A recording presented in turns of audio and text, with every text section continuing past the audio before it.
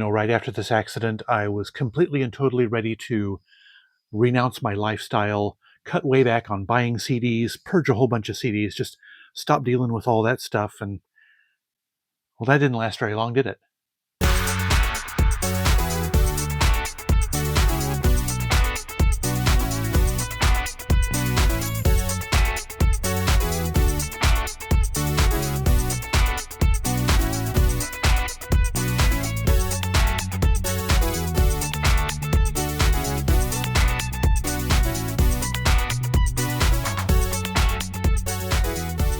Greetings, one and all, and welcome once again to Tom's Hit Parade. By the way, I invite you to hit that subscribe button. Give me a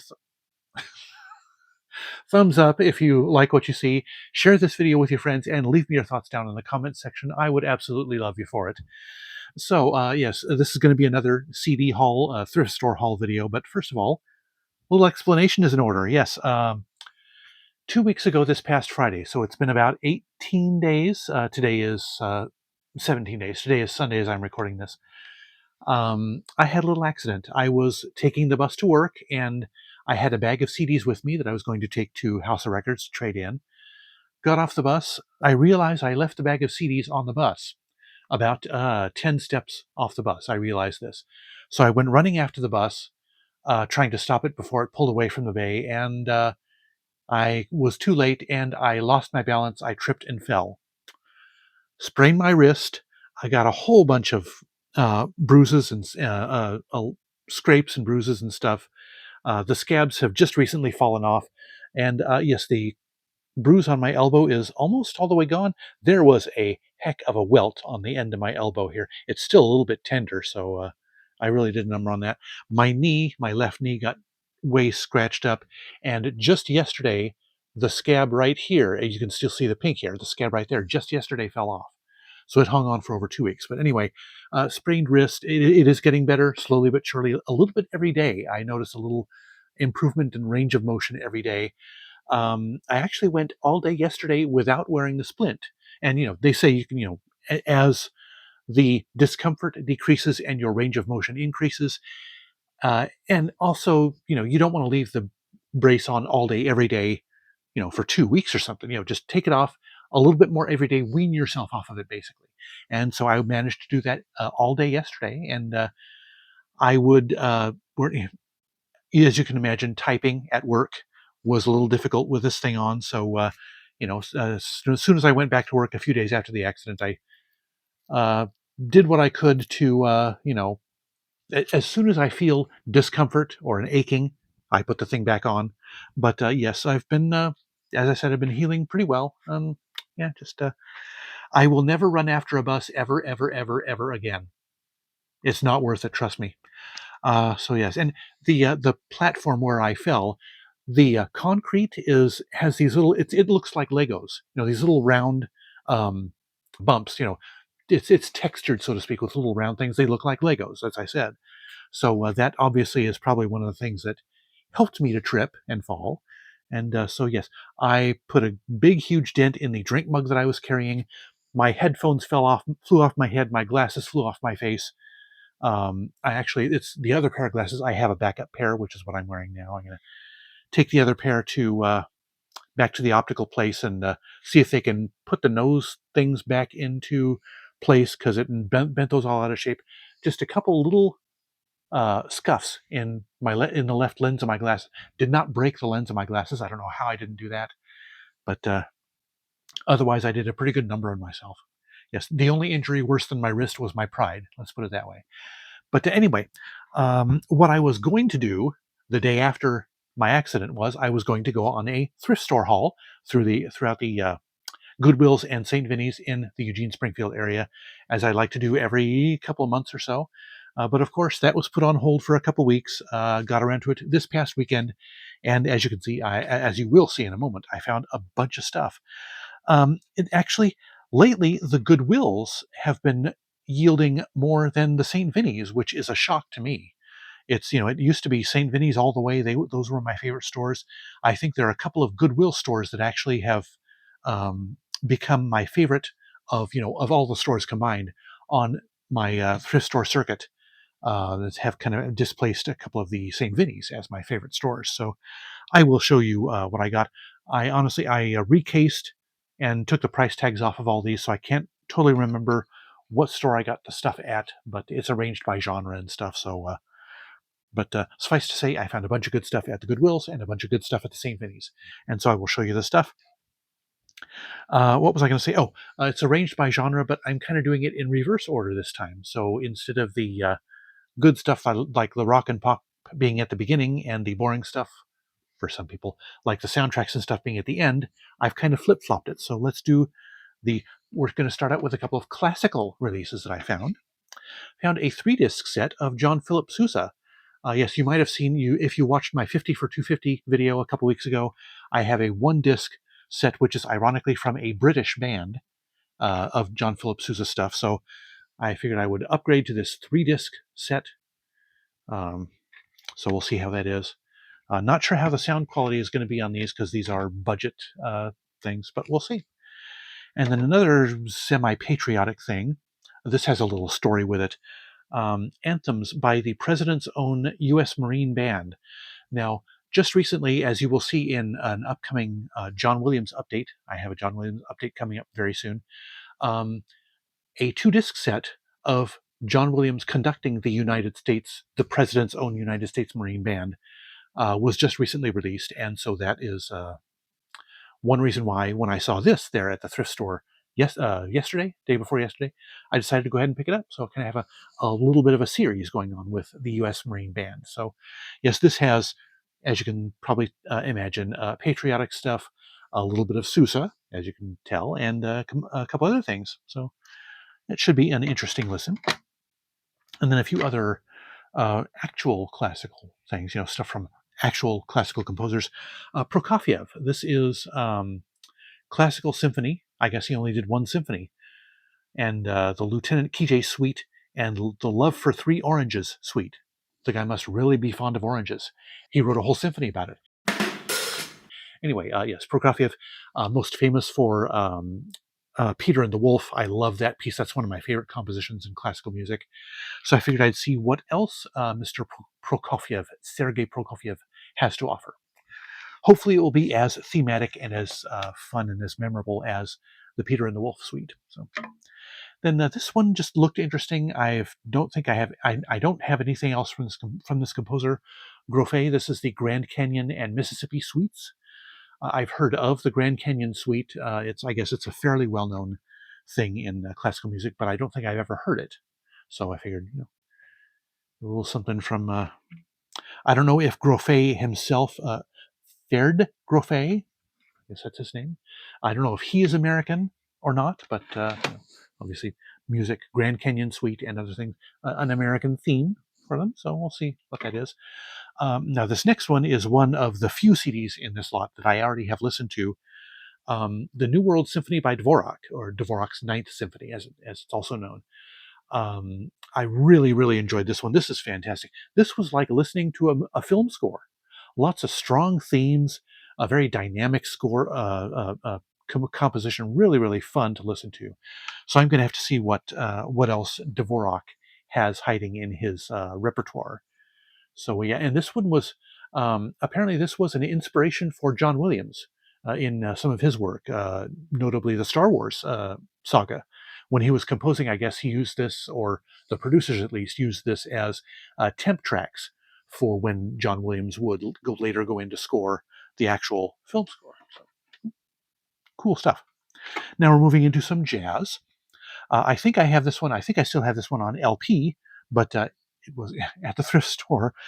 As you'll see here, I found some great stuff at the thrift store.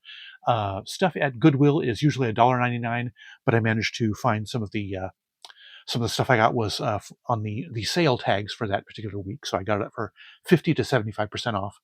And the stuff at the St. Vinny stores is 99 cents each. So how can you go wrong with these prices? But especially with these things, yes, Getz Gilberto, yes, Stan Getz and Joao Gilberto, the famous legendary jazz album on CD. Had to pick this up. Yes, I do. I kind of like Brazilian flavored music, not as much as a good friend of mine, does, but it's nice to listen to, very relaxing and soothing. I like that stuff. And then I found a couple of things from artists that I'm not familiar with, but were on the GRP label. That's one of my favorite jazz labels. It was the home to the Rippingtons, my favorite contemporary jazz group of all time, and I have quite a few other titles on GRP records. This is Deborah Hansen Conant, and obviously, as you can see, she is a harpist. She just harps on about all sorts of stuff. Yeah, I've never listened to her stuff before, and when I looked her up on Wikipedia or something, apparently she's kind of has a unique kind of a unique take on harp music. Kind of gives it some dynamic, some um, energy that harp is usually pretty boring. So she supposedly livens it up a bit. So that'll be interesting to listen to. And also Nelson Rangel. I have heard of this guy. I've never had any of his albums before, but this is Yes Then Yes is the name of the album. So this is like his fourth or fifth album on GRP. We'll see what he's like. He's apparently a saxophonist.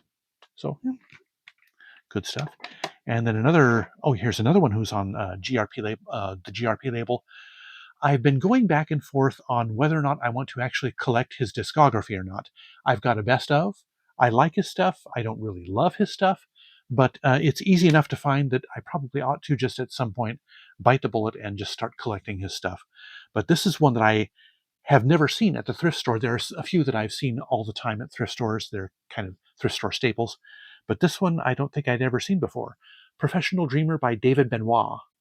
He is a pianist, a jazz pianist, and a pretty good one at that. So, and the track listing is in the spine, funny enough. And here's one. He is a Canadian artist, and there were actually two CDs by him. I decided to go ahead and pick up both, even though I've never heard of him before. This is Warren Hill, and this is his album Pop Jazz.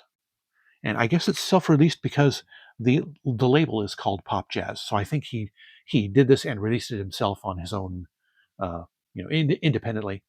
So yes, track one is called Toronto, which I believe is his hometown.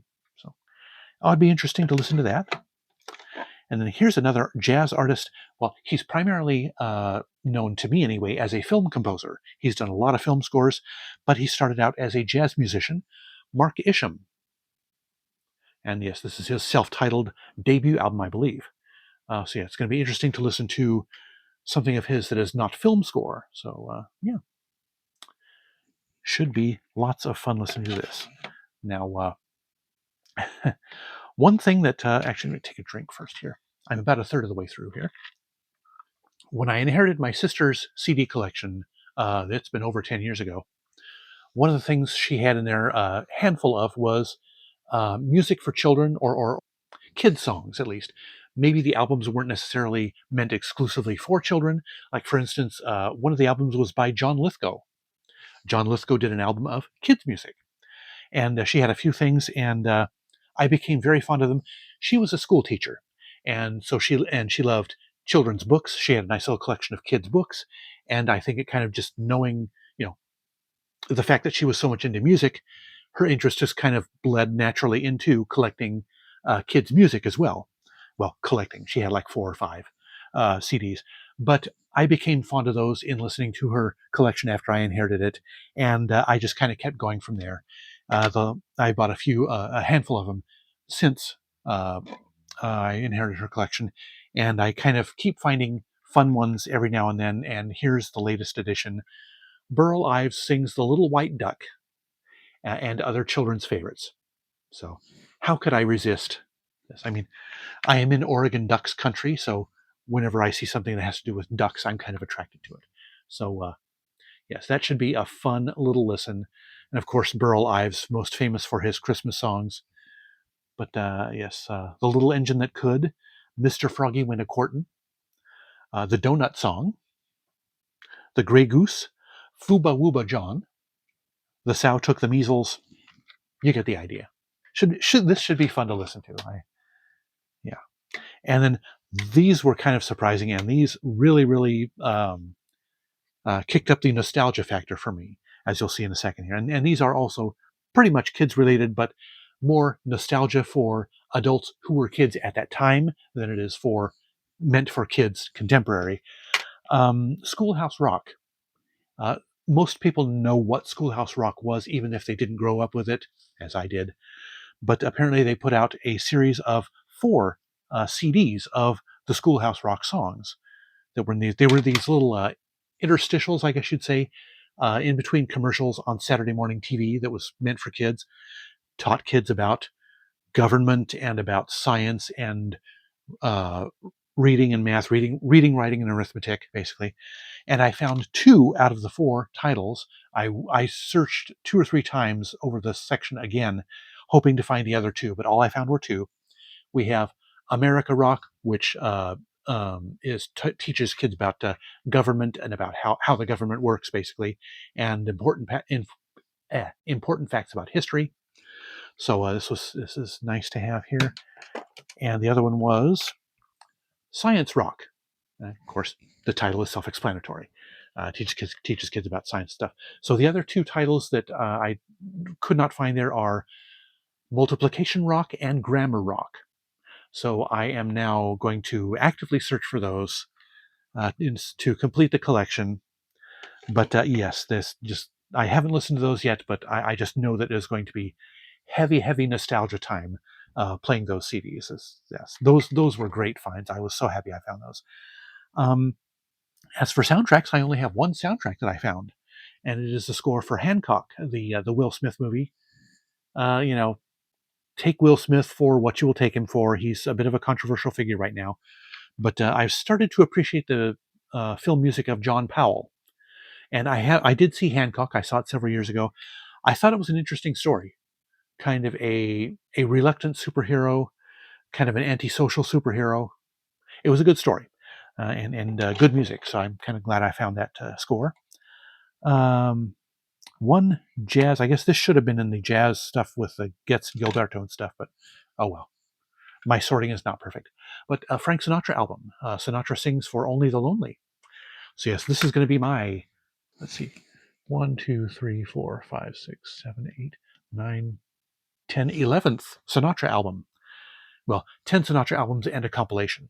So, and at this point, I can probably go ahead and do away with the compilation because I probably got all of that stuff on individual CDs. So yes, always happy to find a Sinatra album in good condition at a thrift store. And a couple of world music titles I found. I've got at least one album by each of these artists, and I rather enjoy it. Here we have Ladysmith Black Mambazo with the album Two Worlds, One Heart. This should be interesting. The other one I've got is the one that came before this or after this. I can't remember. But yeah, should be fun. I do enjoy listening to African-esque rhythms in my music. And the other one, the other world music album I found is Johnny Clegg and Savuka with the album Shadow Man. And I have Weird Crazy World or Wonderful Crazy World. I can't remember the exact title of it, but I think that was in a bargain bag a couple of years ago. If my longtime viewers can remember back to the bargain bag days. And yeah, this is the one before that one. So I think the Ladysmith Black Mambazo one is the one after the one that I already have. So yeah, I knew one of them was the album before, and one of them was the album after. Anyway, if I enjoy this one as much as I enjoyed the other Johnny Clegg and Savuka album, I will be very happy. And then we've got now we're working our way into the rock and pop stuff, starting with basically chronological order. Actually, I'm going to have some country mixed into the middle of this, so forgive me. But yes, here we have Hello, Baby, the best of the Big Bopper, 1954 to 1959, which pretty much covers it because he was one of the victims of the day the music died, along with Buddy Holly. But yes, Chantilly Lace and, what's the other one? Can't remember what it was, but anyway. Yep, he was mostly a one-hit wonder, but anyway, as I said, for 99 cents, or maybe it was $1.99, how can you go wrong? And then I found a couple of 70s soul albums remastered by Rhino Records, the remastered releases by Rhino Records. One of them is the self-titled album by the Spinners. Yes, this is the one that has Just Can't Get You Out of My Mind, I'll Be Around, and Could It Be I'm Falling in Love. So some classic. I think this album is the album with the Spinners' most well-known songs. But yeah, and does it have? Actually, it does not have any extra tracks on it, but it is remastered, and it will be very much fun to listen to. And the other one is by Donny Hathaway, and this is Everything Is Everything. I kind of like the title of the album. So yes, I did not recognize any of the songs on here. There is one bonus track on this album. You can see the track listing here. But yes, Donny Hathaway, I definitely would not pass up. This one actually was still sealed. So, you know, even better than just being used in good condition for 99 cents, still sealed for 99 cents. So yes, absolutely, definitely going to enjoy these. And then we got a little bit of blues here. Yes, we're going to have blues, then into country, and then into some more rock and pop. The genres are sort of flowing consistently. We have Howlin' Wolf. This is the Millennium Collection. I've got a lot of probably a couple dozen of the 20th Century Masters Millennium Collection CDs. So when I see them and they're in good condition and I don't have them yet, I will probably pick them up. So yes, Howlin' Wolf. And I don't have anything by Howlin' Wolf yet, and I've kind of been slowly expanding my ear into the blues genre lately. So that should be interesting to listen to. And Wang Dang Doodle is one of these songs I believe that he was famous for, that he did the most famous rendition of. And then another guy who I have gotten really, really into, especially since if you guys watched my favorite albums of 2025 at the end of last year, his latest album was my number one album of the year. So I have really been getting into this guy's music. We're talking Buddy Guy, and this is his album Feels Like Rain. It's from the mid 90s. No, 93. I can't. It's so small I can't tell if it's 92 or 93. But yes, early 90s on the Silvertone label. So yes, and there are a couple. I've seen a couple other albums at the local stores that I have been thinking about picking up, and I think I'm going to go ahead and do that. So I am enjoying Buddy Guy so far. And another artist that I almost always pick up at the thrift store if it's in good condition, and if it's one that I don't have yet, is Willie Nelson.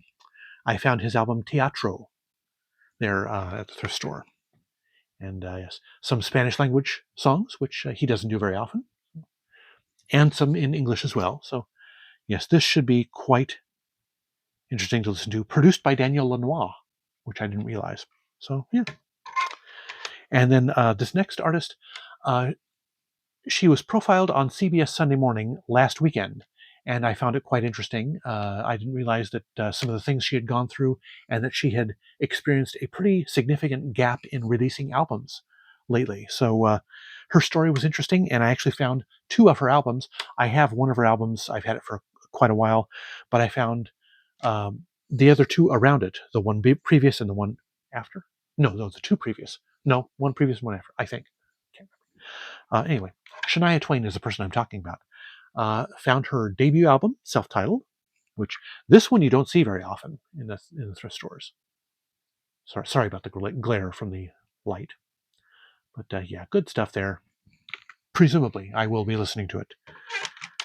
And then this one you do see quite often at the thrift stores. Come on over, and yes, they had clips of her performing "Man, I Feel Like a Woman" in this the Sunday morning piece, and I had forgotten what a good song that was. And I had this album in my collection very briefly before, didn't care too much for it for some reason, but yes, now that I'm going to give her another shot. And so yeah, 16 songs. Wow. So yes, should be a very interesting album. Quick drink. This person is an actor who I did not realize took a foray into singing. Molly Ringwald. And it's autographed. Not to me, but it's autographed. But yes, an album Except Sometimes. So I guess I will find out if Molly Ringwald has a good singing voice. But yeah, this one surprised me. I was kind of, never knew that Molly Ringwald had put out an album. I'm assuming it's jazz. This has covers of several standards. Oh, actually, it has Don't You Forget About Me, which was in 16 Candles which was a Molly Ringwald movie. But yes, I Get Along Without You Very Well. The Very Thought of You, and so this should be fun to listen to.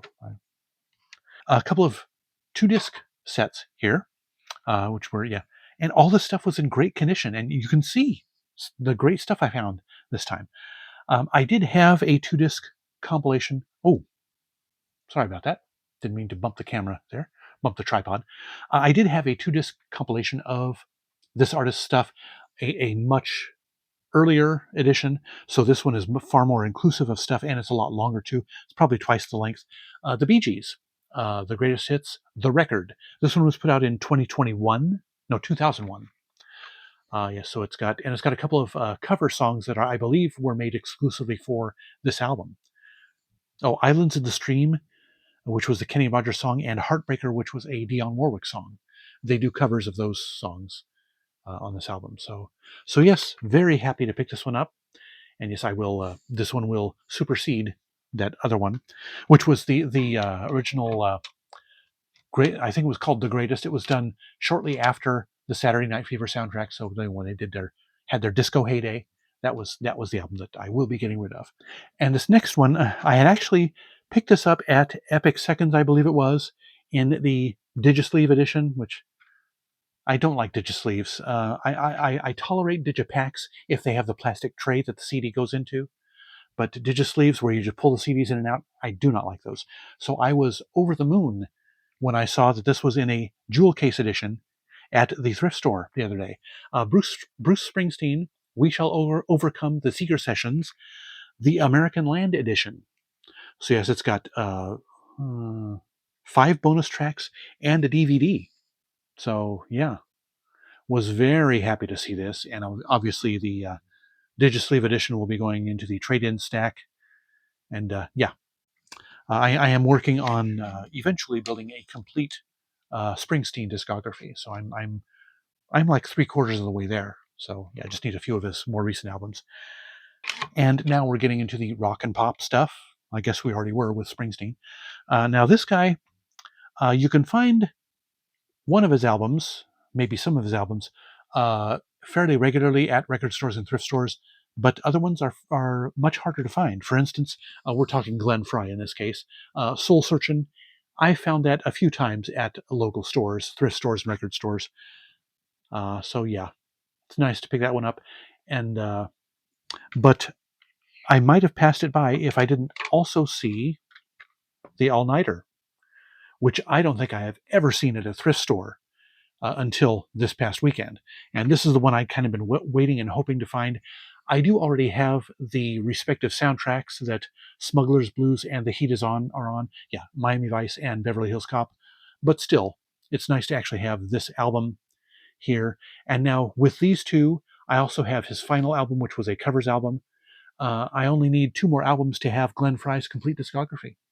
So I think I'm going to go ahead and I do have Don Henley's full discography. So I might as well, right? So yes, that was a very, very nice surprise to find the all-nighter there at the thrift store.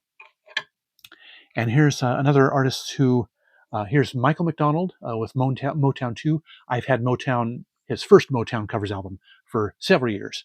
So it was nice to see Motown 2 pop up there at the thrift store. You don't find that one at thrift stores very often. At least I don't.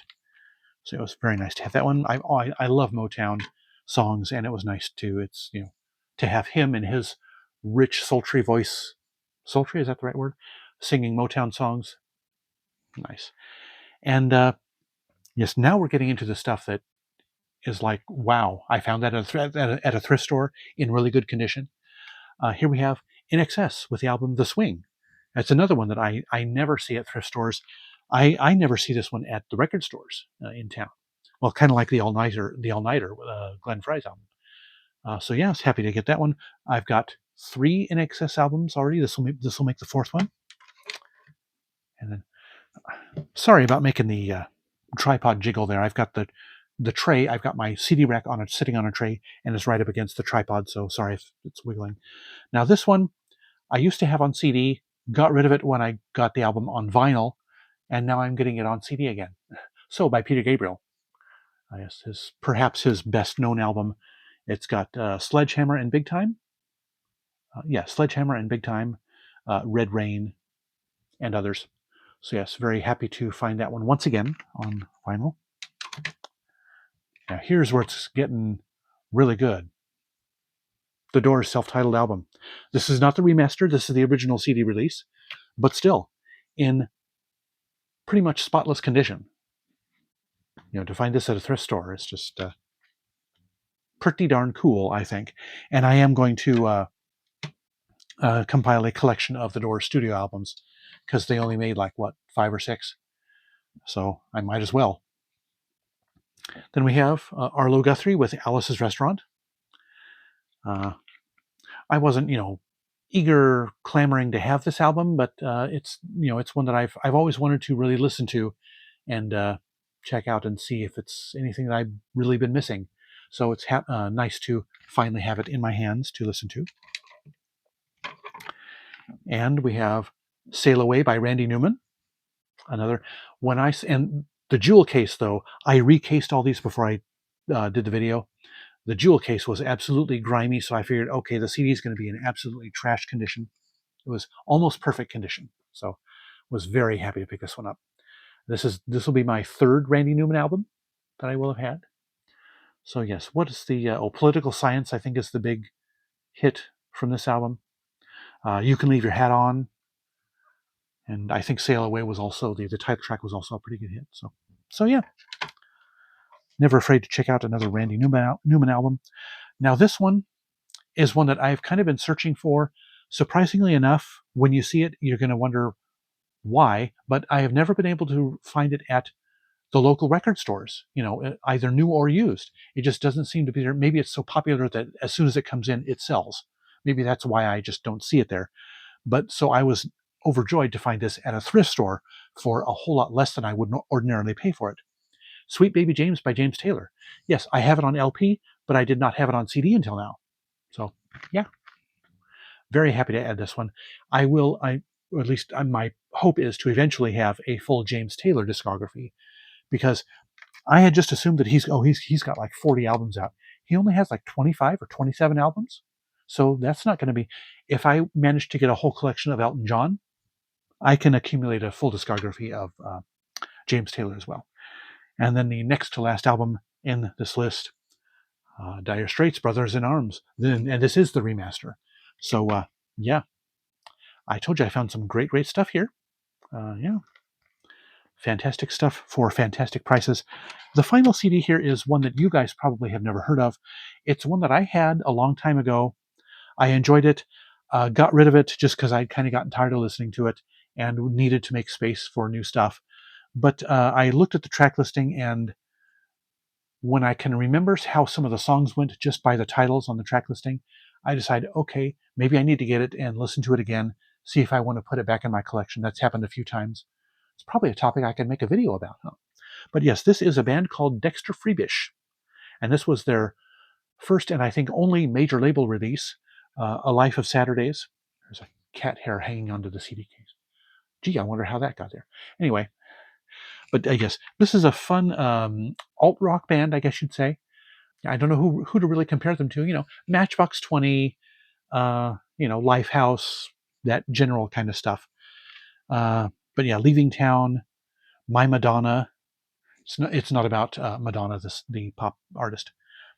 Higher was a great song. I can still remember how those songs went. So yeah, I guess it was time to pick this one up, give it another try, and see if I've spent enough time without it that maybe it's time to welcome it back into my collection. So anyway, that is my haul for my round of thrift stores, my thrift store circuit for July / beginning of August 2026. So that'll do it for this video. Be sure to like it if you liked it. And before you go, drop me some feedback in the comment section. I'd love to know what you think. Don't forget to subscribe, hit the bell icon to catch my future videos, hit my username to browse my old videos. Links to my socials and my favorite fellow YouTubers are in the description below. Otherwise, thank you so much for watching. I'll see you next time. And remember, life's too short to be a music snob.